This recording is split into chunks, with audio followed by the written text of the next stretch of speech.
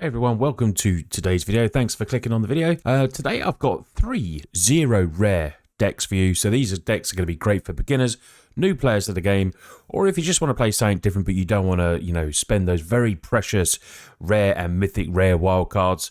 Hopefully you've got a lot of these cards already in your collection, or it might just take a few cards to craft.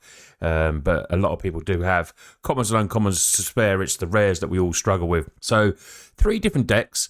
I've got a Dimir deck, a Boros deck, and a green deck. So all the colours. And the first one we're starting off with is a 0 rare Dimir Control. Dimir Control is, one of my favourite types of decks to play. And building a deck that you can play it with 0 rares makes it all the better because you can test it out, see if you like the type of archetype, and then give it a go.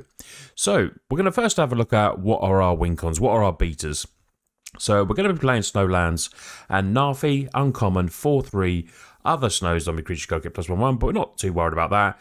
The ability to pay 3, tap 3 Snowlands, return the king from your graveyard to the battlefield tapped is really good because it gives us that recursion. And when you're playing budget, you want to recur some of your strong cards. That is one of our win cons.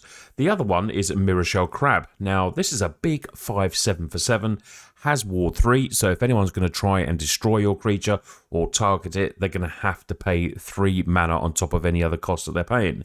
This also has channels, so pay 3, discard Mirrorshell, counter target spell or ability unless its controller pays 3, which is another good effect, so we can use it as a counter spell or stopping an ultimate on a planeswalker, something like that, an ability.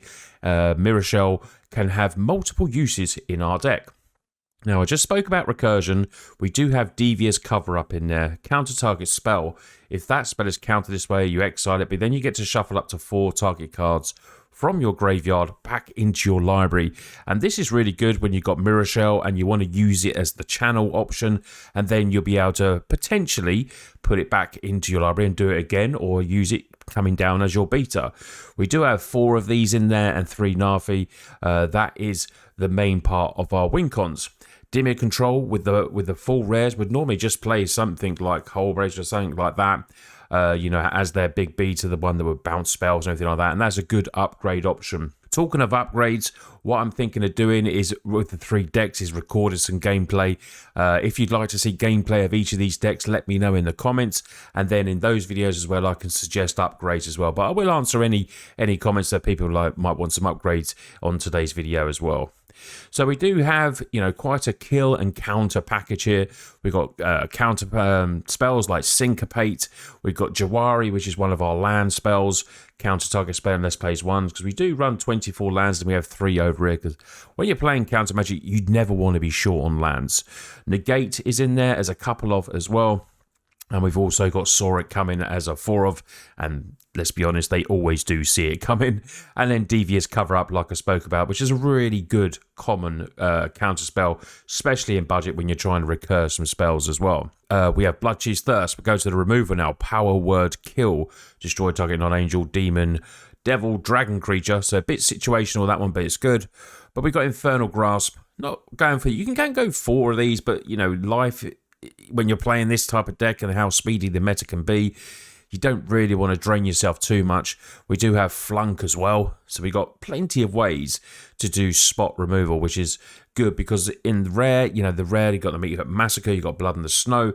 They're the mass removals here, but that's what you're talking about, upgrades for the deck. But we have plenty of spot removal, 3 more Heroes Downfall as well. And like I say, plenty of counter magic in this to stop it coming down. And if anything does get through our grass, we can deal with planeswalkers and we can deal with creatures as well. Card draw. We have Thirst for Discovery. Good card for this deck because we've got lots of basics, 19 basics, so we can draw 3 cards, discard 2, unless you discard a basic land card. And we do carry a lot of lands, like I said. We got the 24 over there, and then 3 Jawaris as well. And then we've got a 4 of Behold the Multiverse. So as you can see, even for like 0 rares and a budget version, what control decks like to do is draw, counter, kill, and we've got all that in the budget versions. No mass killing, but that's the upgrade suggestion. So we don't have mass wraths or anything like that, but we should be able to keep ourselves alive with all these kill spells and basically stopping everything coming down. And I think this is a really good starting shell for Dimir Control. So the next deck we're going aggro now. It's mono green, and mono green has always been a top tier deck. Definitely in the past few years. It's very aggressive, it can be very stompy, and it just basically just overpowers your opponent. Now, in this deck, we do have 31 creatures, so we can survive the odd wrath and everything like that. 7 non-creature spells with a CMC average of 2.4, so we're going with the snow lands as well because we have creatures that benefit from snow. So let's start looking at our creatures to start off with. We got Death Bonnet Sprout, beginning of upkeep, mill a card. Then if there are 3 or more creature cards, and like I said, we've got a lot in there. You transform this, becomes a 3/3, then you can exile creature cards and just make it into a massive Hulk. I love the Hulk.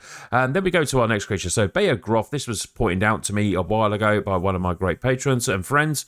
It's a 5/4 as an additional cost to cast this spell, sacrifice a creature, or pay 3.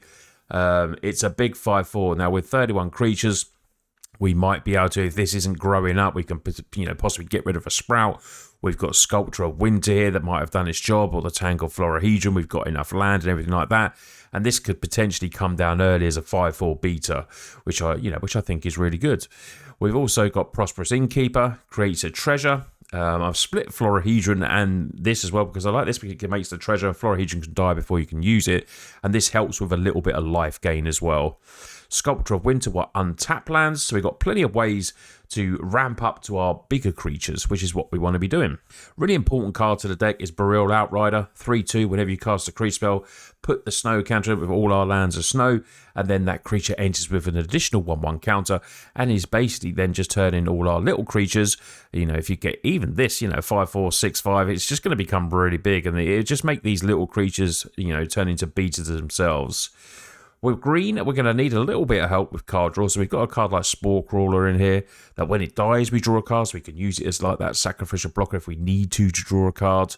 But with Boreal, anything's possible to make these creatures, the vanilla creatures, really big and just get our army of mono green creatures and then just take over a game, which is what this deck tends to do. Spirit of the Elder Guard is one of our best cards. Enter the battlefield, search your low for a snow land card. So it helps us, ramp into it a little bit. But it does put it into your hand and then shuffle. So it will thin the deck, not so much ramp. But Spirit of the Elder Guard gets +1/+, over each other snow permanent you control. So when you've got all these lovely lands down, this is huge. Spirit of the Elder Guard will definitely have to be dealt with. It's a really cool card. In conjunction with Boreal Outrider, these two are definitely my favourites for the deck.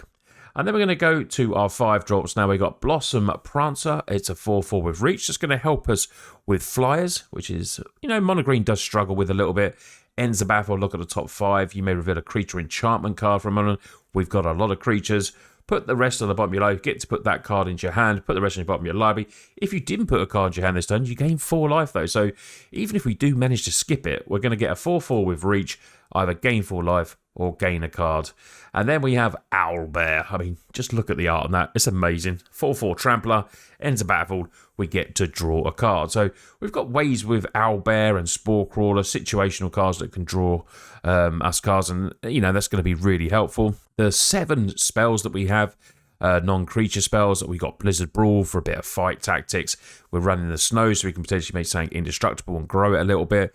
And then Tamiyo's Safekeeping. I like this because it helps against wraths, potentially makes stuff indestructible. Doesn't help against, obviously, Meat Massacre, but it helps against Blood in the Snows and stuff like that, and Doomscar. Also gains you 2 life as well. So potentially we could save a big creature like Spirit of the Elder Guard or anything that's been grown from Boreal or anything like that. But yeah, Tamiyo is a nice bit of protection, keeping up that 1 mana for that. But this mono green aggro deck is nice. It's aggro. If this is your type of archetype, you like playing creatures, stompy creatures and getting them down and just swinging and attacking, it's a very different deck to the Dimir Control, then this is probably the deck for you. So now we head to Boros, and I've got 0 rare Boros Artifacts. It's a very aggro deck, very much like the green deck. Plays a little different, plays on the artifact theme, and then we've got a lot of cool artifacts with the previous set. One being Patchwork Automaton, which I absolutely love. It has Ward 2, so it has a bit of protection. This is just one of the best uncommon cards that came from that set. It only costs 2 mana, and it will just grow and grow with a lot of artifacts in the deck. This has a very low CMC of 1.6, and you can see we've got 25 artifacts over there. So we've got plenty of ways to grow that up, and we also, you know, it just turns into this huge beta and has to be dealt with, and sometimes can't be dealt with early because of the War 2. So we also have plenty more artifacts. We're going to go through them here. A lot of 1-drops, low CMC, like I said. Portable Hole, which in paper actually is a really expensive card, but luckily on Arena it's just a uncommon wildcard. Enter battlefield, exile target non-land permanent. Opponent controls with mana 2 or less. This will obviously trigger cards like Patchwork because you're playing the artifact spells. The synergy in this deck is what makes this deck really good. Synthesizer enters or leaves the battlefield. You get to exile top card of your library and you get to play that card. You can pay 3, sack the Synthesizer, create a 2/2 white samurai creature token. Would have been nice if it was an artifact samurai, maybe. Rabbit Battery, 1/1 with haste, reconfigure. So reconfigure is you can put it onto another creature and then give it a pump. A quick creature gets +1/1 and it gets haste as well. So, you know, attaching a Patchwork automation and then playing a couple of spells and giving it haste seems pretty good to me. We also have Reinforced Ronin. Now, this is a strange one. It's a 2/2 for 1. We'll have a stipulation for that, though. Beginning of your end step, return Reinforced to its owner's hand. But when you're playing cards like this on there, and when you cast it, you get to recast, pump up, pump up. It's just a great synergistic deck, this one. Iron Apprentice. Ends up having 1/1 counter, dies. If it's a counter on you, you get to remove those counters onto something else. So it has a nice effect when it dies. I would have loved that to have haste as well to make it, you know, even more aggressive, but it is a common card. So, you know, it does a job. It comes in with a 1/1 counter and then has a nice effect when it dies as well. Ingenious Smith is one of our non-artifacts. So ends up having a look at the top 4 cards, reveal an artifact card among them. We've got plenty in there, put the rest in the bottom of the order. When one of our artifact ends about under control, put a 1/1 counter on it. So it only triggers ability once each turn, so not obviously in the class of Patchwork, but still another creature that will build up for us and do some work. We then look at Michiko. Now, a few people watching me play, you know how much I love Michiko. I love it. Target creature gets +1/1 to enter for each artifact or enchantment you control. We've got 25 artifacts. We've also got a couple of enchantments over here, which, you know, deals with a non-land permanent that we can't, you know, maybe struggling with and turns it into a treasure, which is really cool. But a couple of hits, and sometimes it just takes one hit with this when you put that +1 of the lore counter. And then when it flips over, it turns into Portrait Michiko, gets +1/1 for each artifact and enchantment control. So we've got creatures in this deck, like you can see. The Automaton, the Ingenious, and when Michiko flips, that can turn into huge beaters. These little 2-drops can really be big and aggressive. The last card we're looking at is Imperial Recovery Unit. It's a 3/4. Return target creature or vehicle card with mana 2 or less from your graveyard to your hand when this attacks. And as you can see, everything we have that's absolutely good and strong for the deck is that CMC. We've got 3 of these in there, and it's only crew 2, easily done for us to have a nice 3/4 beater as well. Land base, very simple. Windscar Crag, gain a little bit of life, and then we've just got plains and mountains. If you want to add a Field of Ruin in there, that is uncommon. Like I did in a Dimir deck for, you know, dealing with creature lands, add that in there as well. But 0 Boros artifacts, very good, aggressive. So if you like decks like this as well, definitely give it a try.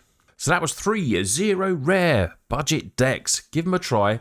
Let me know what you think of them in the comments, and I will record some gameplay with these, and then I'll go through some upgrades. If you want to see that type of video for these decks, please let me know in the comments, and smash the like button as well. It really does help. If you want to support me further, go to look at my Patreon. You get lots of rewards in there. I've just updated some rewards, and thank you to everyone that is already in the Total MTG Patreon. Please go and take a look at that. You can support me from as little as I think it's like $1, so you can go $1 up to about 10. So yeah, take a look. Hope you enjoyed today's video. You lot take care, and I'll see you on the next one.